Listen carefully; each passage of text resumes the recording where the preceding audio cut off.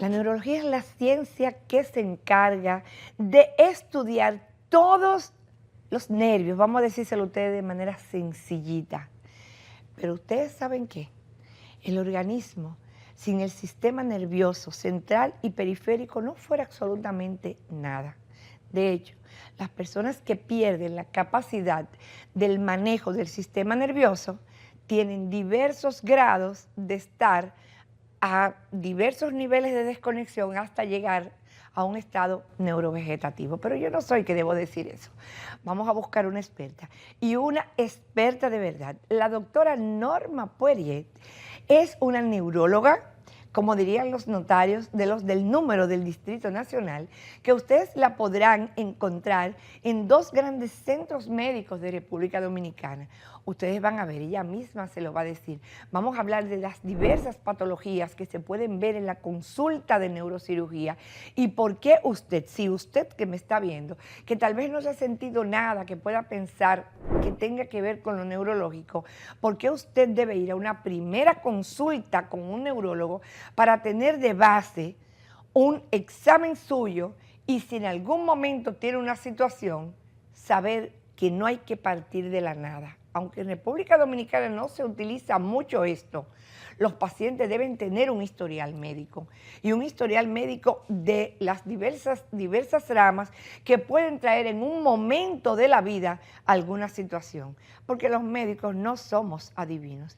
La doctora Poirier con nosotros esta noche, de verdad que es un gratísimo placer. Querida, gracias por estar aquí. Un placer. Muchísimas gracias. Gracias. Doctora, ¿qué es la neurología? Oh, yo dije algo rapidito. Usted lo dijo muy bien. La neurología es una rama de la medicina que estudia el sistema nervioso central y sistema nervioso periférico.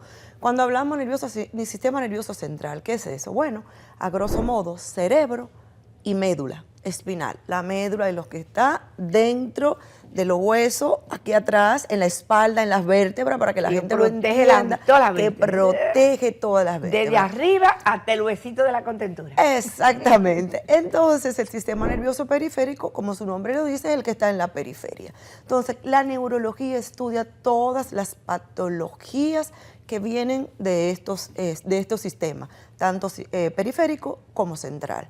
Por ejemplo, dolor de cabeza, enfermedad de Parkinson, Alzheimer, tumores, mielitis, esclerosis múltiple, un montón, ACV o lo que la gente le llama trombosis, derrame cerebral. Es verdad eso que yo dije, que uno debe ir a hacer una primera consulta con el médico internista especializado, o sea, el neurólogo, aunque no haya tenido ningún síntoma de nada, para poder saber cómo está su sistema neurológico. ¿Eso es válido, doctora? Claro que sí, eso es válido. Yo creo que cada paciente debe de tener un médico de cabecera, así se llama. Un médico de cabecera es el médico que te va a orientar. No está mal aquí en nuestro país, que somos muy jocosos, que somos muy amigables, vamos a llamarlo de ese punto de vista. Un vecino nos puede decir, ve a dónde está el doctor, que esos mismos síntomas, bueno, eso está bueno y válido, pero lo ideal es comunicarlo con el médico de base, de cabecera, el médico de confianza, con el que usted se sienta a gusto, con el que usted se sienta a confianza. Entonces ese médico pues nos va a referir al cardiólogo, al neurólogo, al médico que usted lleve en ese momento. Algunas patologías neurológicas son propias de grupos de edades. Por ejemplo, vemos que antes una persona de 60 años era un anciano, ahora se dice que los 60 son los nuevos 30 y estamos viendo que es una realidad que la población mundial está durando más y República Dominicana, de verdad, hemos avanzado y ya no es algo muy extraño encontrarse personas de 80 y pico de años activas, hasta de 90 años activas, pero naturalmente sabemos que tenemos un organismo que se va desgastando, como los carros. Tú compraste un carro del año y con el tiempo pues va perdiendo facultades, va cambiando cosas. En el caso nuestro las piezas no son de reemplazo. Hay algunos tipos de patologías que son más frecuentes en las primeras etapas de la vida, en la etapa productiva y otras ya en las décadas finales de la vida, doctora. Claro que sí. De hecho, dentro de la neurología tenemos la neuropediatría, porque hay enfermedades que son de niños específicamente, no es mi campo, pero a grosso modo, todas las enfermedades, aunque mucha gente cree, es lo mismo, y como es chiquito, no, son cosas diferentes. Claro pero sí. un niño le puede dar, que es lo más frecuente, epilepsia, por ejemplo, le puede dar un derrame cerebral, si ese niño trajo algún trastorno de coagulación, algún trastorno mecánico cardíaco. También pudiéramos tener enfermedades como degenerativa, que son más frecuentes en la vida adulta, enfermedad de Alzheimer, enfermedad de Parkinson, pero también le puede provocar, tenemos un Parkinson, por ejemplo, juvenil, de 21 años o menor, sí, o sea que todo va a depender, por eso es importante, y sí, hay enfermedades que son más características de algunas edades que de otras, pero es importante conversarlo, sentar a platicar con nuestro médico, ya sea el neurólogo, con nuestro médico de cabecera, cuando tenemos algo, cuando sentimos algo que no es habitual en nuestro cuerpo. Por ejemplo, usted puede tener de repente calambres en un lado del cuerpo, adormecimiento. Cuando decimos calambres, parestesia, que es el término médico, calambres, adormecimientos, hormigueos, de repente pérdida de la fuerza, tú ves, hay algo que no está bien. Entonces, ¿cuál es el médico que debería verte? El neurólogo. Porque de ahí, de esa simple cosa o algún trastorno visual, aunque sea pequeño, pudiéramos tener enfermedades que afectan la mielina. La mielina es la capa que cubre todo el sistema nervioso, ¿verdad que sí? Entonces, es como el aislamiento, el que nos ayuda a la conexión de una neurona con otra. Entonces, sí, si usted se está sintiendo de algo que no está bien, visite al neurólogo. En la edad adulta, ¿hay patologías que tienen algún tipo de conexión o de relación con la genética, por ejemplo? O sea, ¿hay patologías neurológicas que se puedan heredar o que tengan tendencia o proclividad a presentarse en las generaciones sucesivas? ¿O hasta ahora estamos en estudio? No. Hay evidentemente un montón de patologías hereditarias. Hay cosas que, por ejemplo, la migraña se hereda. ¿Y cómo va a ser, doctora? Sí, es más frecuente en nosotras las mujeres, pero también tiene tendencia a heredarse. Quiero aclarar eso, porque, por ejemplo, hay personas que dicen, ay, mi mamá sufrió de Alzheimer o sufre, yo voy a tener Alzheimer. No necesariamente. Mi papá tiene Parkinson, hágame, doctora, mándeme a hacer las pruebas genéticas. No es así. No todas las enfermedades, por ejemplo, esas dos que quise mencionar, porque son las que están en la vida final y que siempre uno como que le da un poquito de temor padecerlo. Ay, yo no quiero tener Alzheimer, ay, yo no quiero tener Parkinson. Entonces, pero dice que se hereda, sí, hay alguna forma de heredar la enfermedad de Parkinson, por ejemplo, dos formas, la recesiva o la autosómica, dependiendo el gen. Pero ¿en cuál? En el 90% de los Parkinson, no, para nada. Tenemos que del 85 al 90% de los Parkinson de origen idiopático desconocido, multifactorial, hay un montón de causas. Sin embargo, si yo tengo historia de Parkinson en mi familia y yo tengo 40, 50 años y estoy con alguno de los síntomas, pues evidentemente tengo más predisposición genética y hay algunas formas de laboratorios que podemos hacer.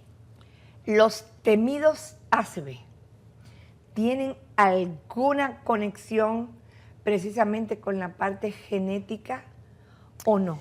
Bueno, todo depende. Por ejemplo, si usted tiene, claramente no tienen, pero si usted tiene un trastorno de coagulación. Perfecto. Factor que nació con un trastorno, en un de esos de coagulación, proteína C, proteína S. Entonces, evidentemente, usted va a ser proclive o está jugando la lotería, como yo digo, para tener un evento cerebrovascular. Estilo de vida, por ejemplo, y todo el mundo en la casa lo hereda, no, lo copia. Lo copia, usted exactamente. Está jugando a la suerte, está comprando todos los boletos. Exacto. Eso que usted acaba de decir es importantísimo. Por ejemplo, si en mi casa, desde que yo nací, acostumbré a comer todo chatarra, de alguna forma, frituras, aceites. Siempre hemos comido así en mi casa y nunca pasa nada. Todo el mundo Pero también soy diabético en la familia, hipertenso, y encima de eso ya estoy pasado meridiano, pues yo estoy vuelvo al término, jugando los numeritos para sacarme el premio. Sacarte el premio.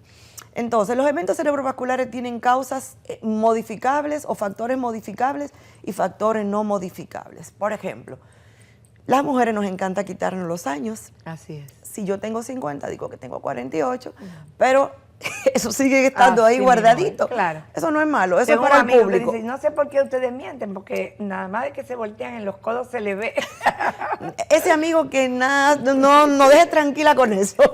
El caso es que si yo tengo un factor genético de hipertensión, si yo tengo un factor genético de diabetes, pero si yo tengo mis 50 años, mis 55, mis 60 años, que estoy ya no protegida por el factor hormonal, ¿verdad? Entonces, pues ya yo me igualo, me equiparo a lo que son los hombres. ¿Qué quiero decir? Que es más común que a los varones le dé más evento cerebrovascular. Pero cuando igual que infartos en el corazón, cuando tenemos 50 años o más, por el tema de la menopausia, claro, nosotras nos igualamos a ellos. Entonces, cuando decía que tengo factores modificables y no modificables, si yo tengo 260 libras, yo puedo modificar mi estilo de vida, mi peso, mi azúcar o mi diabetes, mi sedentarismo, el estar todo el tiempo sentado, mi colesterol elevado, mi presión, yo la puedo controlar. Entonces yo estoy modificando mi dieta, mi alimentación. Yo voy a decir, no, yo me voy a poner para mí porque yo no quiero tener un evento cerebrovascular. Yo digo, por ejemplo, yo vengo de una familia, la doctora Norma, yo nací de 10 libras, doctora. ¿Usted fue macrosómica? Bueno, yo no lo quiero decir así. Casi. Wow. Pero sí, de 10 libras. Y yo le digo a mi madre, dime qué tú estabas comiendo. Y me lo digo en forma de chiste. Yo quiero saber si allá adentro vendían pizza. Porque, Sí. porque yo la compraba toda. ¿Qué quiero decir con eso? 10 libras. Que si yo, Eso fue una cesárea seguro. que si yo no me cuido y yo tengo un papá Claro, y una claro. genética Claro. de obesidad, Claro. entonces, ¿qué significa? Que yo estoy preequilibrio a padecer muchas Sí. más cosas. Entonces, a pesar de que no he logrado tener el peso óptimo, pero no estoy en sobrepeso, Claro. no estoy en una obesidad mórbida. Estoy probablemente, tal vez sobrepeso grado 1 pudiera estar, pero mi colesterol está bien, Un mi estilo de vida azúcar está bien, un saludable. estilo de vida saludable, Exacto. y yo vivo cuidándome. No hay nada mejor que conocer su enemigo. Si usted conoce cuáles son los enemigos, bueno, usted se cuida de ellos. Si usted no lo conoce, Claro, pues me asaltan y me claro. agarran Así de mismo repente. es, así mismo. Entonces, a eso voy. Esos factores de riesgos que podemos monitorizar, que podemos modificar, es la clave, no solamente para los ictus o los ACV, para todo, prácticamente. Así es. Entonces, los que no se pueden modificar, si yo tengo algún trastorno congénito, valvular, un aneurisma, una familia con aneurisma, una malformación arteriovenosa, pues eso yo no lo puedo cambiar. Así Sencillamente, eso vino de fábrica y eso me pudiera ocasionar ese evento. Exacto. El sueño. ¿Qué tan importante es dormir la cantidad de horas al día requerida o por lo menos la mayor cantidad de horas al día? Tener una calidad buena del sueño, caer en un buen plano para precisamente hablar de buscar la manera de prevenir los ictus, o es sencillamente un decir. No, tenemos que dormir. El sueño es parte de un mecanismo de defensa que tiene, un mecanismo de reciclaje, un mecanismo de activarnos, ¿verdad? Oye, pasamos Recarga total. de recarga, gracias. Pasamos todo el día con trabajos, con el tráfico, con de todo, y el organismo se preparó. Es que desde la antigüedad, desde que se hizo el mundo, ¿qué hacían nuestros antepasados? Cuando la luz del día se iba, iban a dormir. Salía la luz del día, entonces el cerebro tiene un mecanismo. El ser humano ha querido cambiar eso, no. Ahora, no hay unas horas establecidas para todo el mundo. Cada ser humano es individual. Yo particularmente, y la población en general, que son la mayoría, necesitan entre 7, 8 o 9 horas de sueño. Pero sueño bueno, sueño de descanso, sueño reparador. Hay un grupo más pequeño, que con 4 a 5 horas a 6 lo hace. Bueno, usted nació con eso. Entonces, no lo podemos obligar a dormir 9 horas porque usted no lo tolera. Me da dolor de cabeza. Le da dolor de cabeza. ¿Qué le parece si vamos a una pausa? Cuando regresemos, la doctora mencionó el Alzheimer, mencionó el Parkinson, pero nos gustaría entrar un poquito más en estas dos patologías que de verdad angustian mucho a la gente. ¿Qué tan cierto es que apareció una cirugía para el Parkinson? ¿Es cierto? ¿Qué hay que hacer para tratar de no tener que llegar el momento de que te den este diagnóstico, o si ya lo tenemos, qué tenemos que hacer para seguir caminando y poder vivir si en nuestra casa, en nuestro hogar o nosotros mismos llegamos a tener algún tipo de diagnóstico que nos pueda angustiar? Después de la pausa.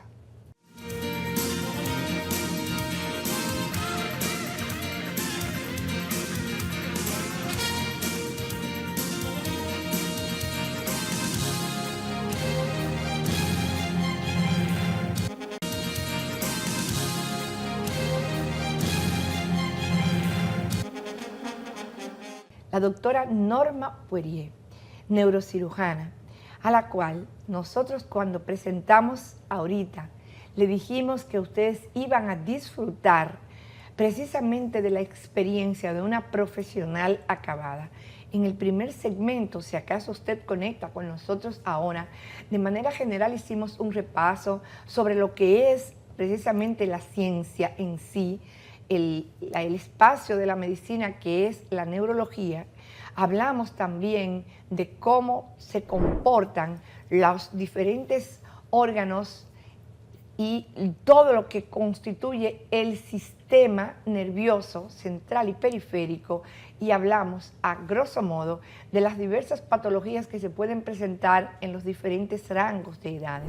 Pero no podíamos dejar ir a la doctora sin que ella nos diera luz sobre qué es el Alzheimer y, en el caso específico del Parkinson, no solo qué es, sino si es cierto que existe ya una cirugía que definitivamente cura el Parkinson. Doctora, ¿el Alzheimer qué es? Muy buena pregunta. El Alzheimer es una patología neurodegenerativa, la más frecuente a nivel mundial, que afecta a una población inmensa, porque lo que usted decía al principio, nos estamos poniendo un poquito más viejos. Antes la calidad de vida era, la calidad de vida no, perdóname, La expectativa de vida era menor. Era pero además la calidad de vida era mejor. También, era 70 y tanto de años, ya hemos subido unos 10 años más, entonces cada día más la gente se está cuidando más y cada día pues con los años viene también esta neurodegeneración. ¿Cómo se manifiesta generalmente? Generalmente hay un deterioro cognitivo. ¿Cómo comienza, por ejemplo? Porque hemos visto películas. Yo vi una película que me impactó muchísimo donde una profesora, precisamente de lingüística, empezó a notar de manera temprana algunos síntomas precisamente de degeneración neurológica, y naturalmente ella empezó a investigar y decidió escribir cosas en un diario, sí, para ella saber dónde tenía cada cosa. Y la película es tan dramática porque ella degenera rápido y ella termina olvidándose completamente que ella había escrito eso, dónde buscarlo, y hasta no sabía ni siquiera dónde estaba el baño de su casa. Muy linda. Entonces realmente sí, y muy impactante. ¿Cómo se manifiesta? ¿Cómo comienza? Y para los familiares de una persona diagnosticada con Alzheimer, ¿qué podemos esperar? ¿Qué tiene que hacer ese familiar? ¿Cómo debe capacitarse, prepararse para poder ayudar a esa persona de su familia que va hacia una situación que generalmente no va a detenerse, sino que va a continuar profundizándose?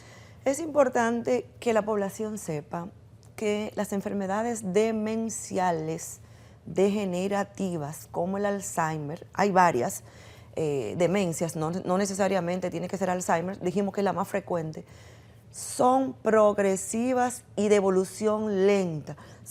¿Qué quiero decir con eso? Si usted tiene 70 años 80 años y de repente usted estaba bien, pero es que mi mamá estaba bien y hace una semana y entonces está con locura. Eso no es Alzheimer.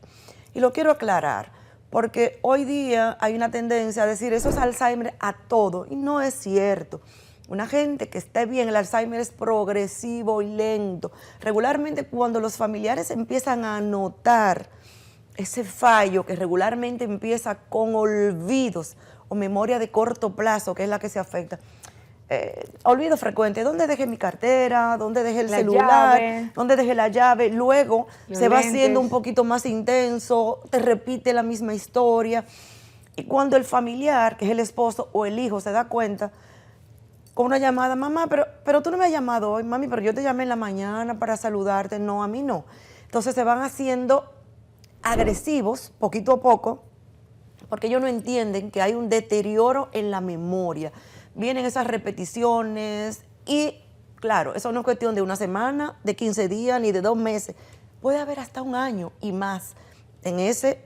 Y claro, con el paso del tiempo y la evolución, que ya viene esos primeros fallitos, entonces se van haciendo mucho más repetitivos. Puede empezar con trastorno del sueño, con trastorno del humor, apatía. Cuando digo apatía es que, mamá, pero vamos, no, ya no, mamá le gustaba salir, mamá le gustaba bailar, tomarse un trago, ir con unas amigas, ya no quiere nada, ni siquiera disfruta el cumpleaños del nieto, ni siquiera disfruta una reunión familiar. Entonces ahí hay algo que ya con el tiempo, vuelvo a decir, insisto en eso, se va haciendo cada vez peor. Y es cierto que al final de la enfermedad, pues la cognición, que es la capacidad que tiene el ser humano de pensar, de razonar, de ejecutar un mandato, algo, entonces cada día es menor. Doctora, todo el que le empiezan a olvidar las cosas tiene Alzheimer. No, a eso voy.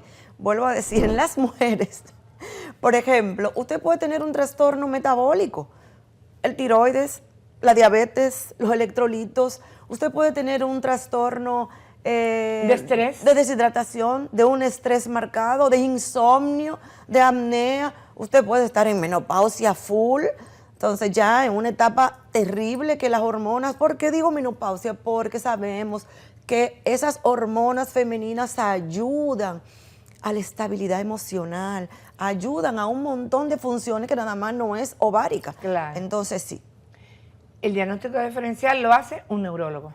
Sí. Usted debe ir a un neurólogo. Es bueno que lo vea el neurólogo, es bueno. Nosotros, medicina hoy día, en este país, nos gusta mucho el protagonismo de que yo soy el especialista brillante, yo soy el único. No, la medicina hoy día es multisectorial, multidisciplinaria, y con eso logramos mejor. Por ejemplo, mi profesor Luis Taveras Guzmán, mi profesor Mario Tolentino Dip, nos decían cuando éramos estudiantes, no se apuren tan rápido, no se apresuren a hacer un diagnóstico para que usted sea el primero que gane la carrera del diagnóstico. Los pacientes neurológicos hablan solo. ¿Qué quiere decir? Que es evolución. Le acabo de decir que son enfermedades progresivas, lentas.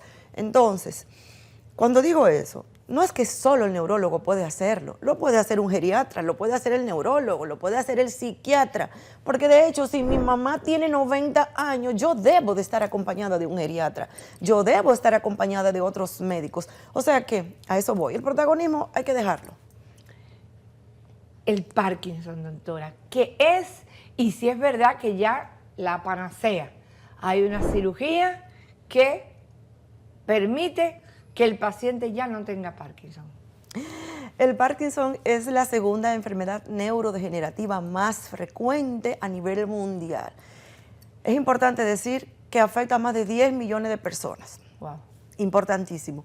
Que se va a caracterizar principalmente, y cuando digo principalmente, hago esto, por trastorno del movimiento tipo temblor, trastorno de coordinación y trastorno de concentración. Van a haber otros síntomas.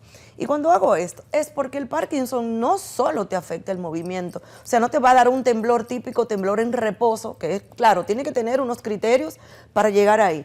Pero me refiero que mucho antes de nosotros tener enfermedad de Parkinson diagnosticada, años, inclusive 2 o 3 años, puede precisamente el paciente empezar con deterioro cognitivo en la cognición, con deterioro tipo depresión, ansiedad, irritabilidad. Y es un Parkinson que viene caminando, pero como no está temblando ni tiene nada, nadie va a pensar que es Parkinson. Me refiero de la familia.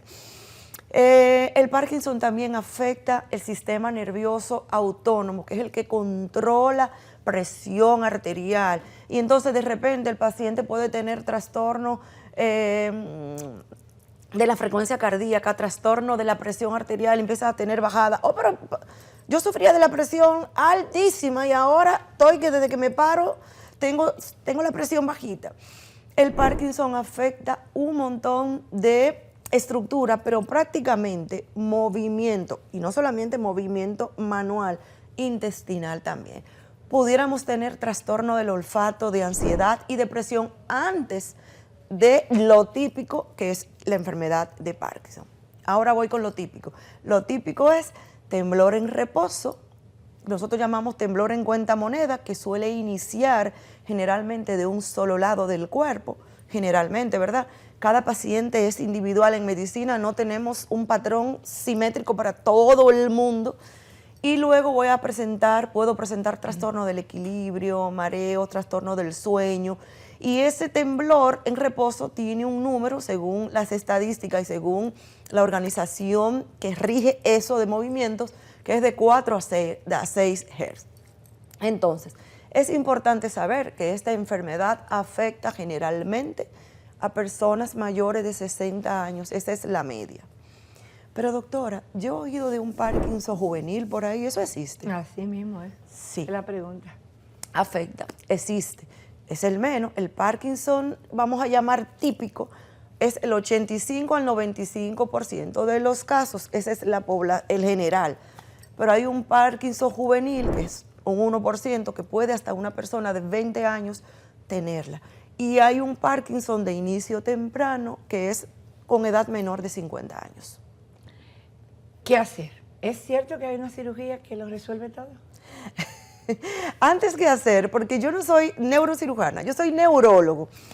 Sí, pero es cierto eso, sí, que ya sí. se descubrió una cirugía, es que ya ustedes desde que diagnostican un Parkinson se lo envían al neurocirujano porque lo va a operar y le va a sanar el Parkinson. No, eso no es cierto aquí y ni en ningún lugar del mundo, pero ojo, porque a veces las noticias les encanta ser sensacionalistas y decir cosas. Ahorita puede decir, la doctora Poirier dijo que no hay cirugía del Parkinson. No he dicho eso, sí hay cirugía de Parkinson, pero no es el tratamiento para todos los pacientes, no es el tratamiento curativo, ni es el tratamiento de elección. Exacto. Hay pacientes Creo que llevan, se trabaja para disminuir el temblor. Hay ¿no? pacientes que llevan cirugía de Exacto. Parkinson porque son pacientes refractarios. Exacto. Cuando hablamos de refractario, que no le fue bien con el tratamiento, que le imposibilita la vida, que califican para eso. Entonces, lo mandamos a un neurocirujano de cirugía de Parkinson y él valora junto con nosotros si este paciente califica o no. Perfectamente. Doctora, las patologías más frecuentes en el país están acorde con las estadísticas mundiales. También vemos en neurología, vemos muchos ictus, o sea, ACV, como decimos aquí, vemos mucho Alzheimer, mucho Parkinson, ¿cuáles son las patologías más frecuentes en el país? Recuerda que sí, estamos acorde con la mayoría de la población mundial, sin embargo hay enfermedades que son típicas de un país, de una raza, sí. Pero sí, ¿qué tenemos en contra en nuestro país? Que no tenemos una data buena, válida. Esa es la queja total en si esa es la queja en toda, entonces yo no te lamentablemente. puedo decir ahora mismo. Cuando tengamos un expediente único de pacientes, vamos a mejorar por lo unas mismo, estadísticas. Por lo mismo que te acababa de decir, trabajamos como isla, entonces tenemos el protagonismo para todo. Si tú eres la que trabaja dolor de cabeza, tú eres la que más sabes. Si yo soy la que trabajo Parkinson, yo soy la que más sé. Entonces no logramos, pero sí hay cosas que se están haciendo, hay cosas que se están haciendo en el país. De hecho, hay unas doctoras que están trabajando con movimientos anormales, llámese ya Parkinson y demás, que aquí usted, para yo le hablar de invito a que la eso. traiga Claro. para que ella habla de eso, que son expertas, que son Así es. personas muy capaces. Y entonces traeremos al doctor José Joaquín Pollo y al doctor Ramírez de Sedimat para que hablemos también de las intervenciones para los pacientes de Parkinson que lo merecen. Doctora, no la puedo dejar ir sin que usted me le diga a nuestros televidentes. Primero, la podemos conseguir tanto en la Clínica Abreu como en Corazones Unidos, siempre haciendo cita previa. ¿Cuáles son aquellas cosas que no nos vamos a cansar de pregonarlo, de predicarlo, que hacen una salud neurológica sana? Todos los que nos estén viendo, principalmente ya a nivel de la edad adulta, pero todo el mundo debe empezar con un estilo de vida. ¿Cuáles son esas cosas que usted recomienda para que a su oficina nada más vayan a hacerse una evaluación inicial y cuando se acuerden de usted en diciembre, a llevarle un regalito de Navidad? Excelente. Bueno, recordemos que para tener un sistema nervioso central y periférico funcionante, debo de decir que el sistema nervioso per se, llámese cerebro y nervios, son los órganos, el cerebro es el órgano más noble que tenemos en el cuerpo, en el ser humano. ¿Qué quiero decir con noble? Que cualquier condición metabólica, electrolítica, infecciosa, masa ocupante de espacio, tumoral, puede descompensarnos completamente y provocar. Volvemos a lo metabólico. Yo recomiendo una vida sana lo más posible, dormir bien. No, por favor, un no a tantas redes sociales, porque eso nos afecta a nuestro estado de ánimo, eso nos compara. Yo tengo una frase muy mía: usted sube 10 fotos, usted se tira 10 fotos y sube una. ¿Qué quiere decir? Porque usted está buscando la perfección. Entonces yo como expectante veo la perfección ahí, pero esa no es mi vida real. Entonces volvamos a las costumbres, volvamos a descansar, a desconectarnos un poco de la rutina, a hacer vida de familia. Hay una cosa importante que no quiero dejar de decir, que lo pueden buscar. Yo estuve viendo hace poco los lugares más longevos del mundo y todos concluyen con esto: dieta, alimentación sana, vida activa, pero no solamente la física. Señores, estamos aislándonos. Debemos de buscar esa conectividad, porque el ser humano es conexión con el ser humano, no puede vivir solo. Entonces, volvamos a los valores y vamos a tener un cerebro sano y joven por mucho tiempo. Llévense de ella porque predica con el ejemplo. Entonces, por favor, si necesitan un buen neurólogo, yo doy fe. Vayan a buscar a la doctora Poirier. Vamos a tratar de ir de manera preventiva o al inicio de cualquier sintomatología, porque siempre repito, los médicos no podemos hacer magia. Sencillamente aprendemos cosas para tratar de ayudarlos a ustedes. De verdad que muy interesante esta entrevista. Vamos a continuar con este programa, pero sé que ustedes la van a valorar, igual como la he valorado yo. De nuevo, las gracias a la doctora Poirier. Continuamos.